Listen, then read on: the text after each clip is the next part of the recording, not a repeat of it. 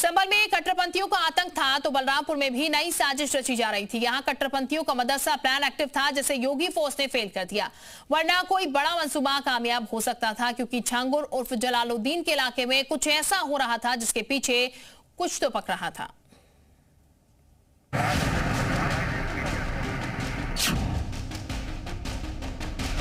घर जैसी इमारत, अंदर कई लड़कियां और नियमों की धज्जियां।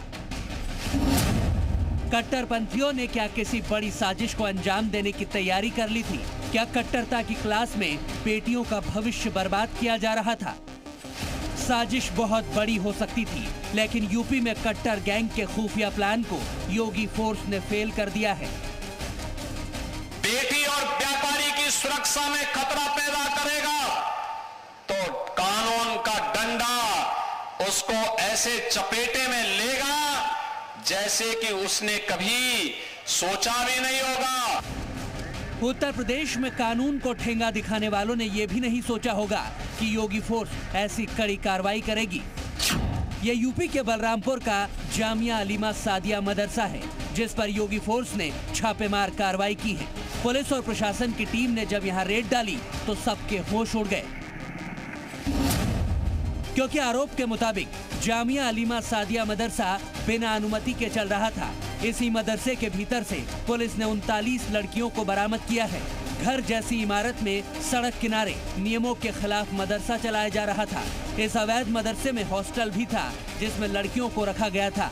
जांच में पता चला है कि इस मदरसे में कुल 57 छात्राओं का दाखिला है। अपर पुलिस अधीक्षक की अगुवाई में कई थानों की पुलिस और जिला अल्पसंख्यक कल्याण अधिकारी की टीम ने मदरसे पर छापा मारा और ये कार्रवाई देर शाम तक चलती रही। चौंकाने वाली बात तो ये है कि जांच में मदरसा संचालक गुलाम मैनुद्दीन किसी भी तरह का वैध दस्तावेज दिखाने में नाकाम रहे हैं। एक मदरसे में गोपनीय सूचना प्राप्त हुई थी, जिसके आधार पर टीम बना करके वहां पे दबिश दी गई। वहाँ पे एक अवैध रूप से बिना पंजीकृत मदरसा संचालित हुआ पाया गया। इसमें माइनॉरिटी अफसर को बुला करके इस मदरसे को सीज किया गया। यहाँ पूरी सर्चिंग की गई। यहाँ पे जो भी पढ़ने वाली बच्चियाँ थीं उनको उनके अभिभावक के सुपुर्द किया गया है। अन्य बिंदुओं पर गहन जांच की जा रही। अवैध काम करने वाले योगी फोर्स की नजर से बचेंगे नहीं। बलरामपुर के जिस अवैध मदरसे पर कार्रवाई हुई वो उतरौला से करीब 10 किलोमीटर दूर श्री दत्तगंज के कपोवा शेरपुर में चल रहा था, लेकिन गांव में आबादी वाले इलाके से करीब 400-500 मीटर दूरी पर था। हैरानी की बात तो यह है कि ज्यादातर लोगों को इस बारे में पता ही नहीं था। पुलिस और अधिकारियों की गाड़ियों का काफिला जैसे ही वहां पहुंचा तो आसपास के लोग दंग रह गए। बहुत ही जरूरी विषय है और बहुत ही अति संवेदनशील विषय है। इस विषय को गंभीरता से लेते हुए प्रशासन को आगे आना पड़ेगा और प्रशासन को ही नहीं, इसमें समाज को भी आगे आना पड़ेगा।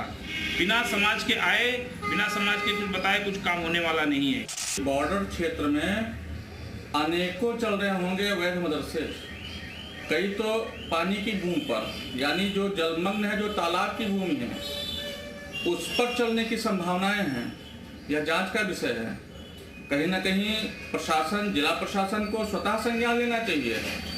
यह देश विरोधी गतिविधियां हैं, इसको छोड़ा नहीं जा सकता है। आपको याद दिला देते हैं कि योगी फोर्स ने इस मदरसे को तत्काल प्रभाव से बंद कराते हुए छानबीन क्यों तेज कर दी है, क्योंकि आपको याद होगा कुछ ही दिन पहले इसी बलरामपुर जिले में छांगुर उर्फ जलालुद्दीन का धर्मांतरण रैकेट योगी फोर्स ने तोड़ा था। कल बलरामपुर में आपने देखा होगा एक जल्लाद को हम लोगों ने वहां पे भी गिरफ्तार किया है। समाज को भी टूटने नहीं देंगे, राष्ट्र विरोधी और समाज विरोधी तत्वों को भी चकनाचूर करके रहेंगे। योगी फोर्स का हंटर ऐसे सैकड़ों अवैध मदरसों पर चल रहा है। नेपाल बॉर्डर पर तो अवैध मदरसों पर बुलडोजर भी गरजा है। क्या जामिया अलीमा सादिया मदरसा भी बुलडोजर के टारगेट पर है? ये तो आने वाला वक्त बताएगा। शिक्षा सबका अधिकार है, लेकिन दीनी तालीम के लिए बेटियों को नियमों के खिलाफ चलने वाले संस्थानों में भेजना भी खतरे से खाली नहीं है। हालांकि सभी 39 लड़कियों को योगी फोर्स ने उनके परिजनों के हवाले कर दिया है।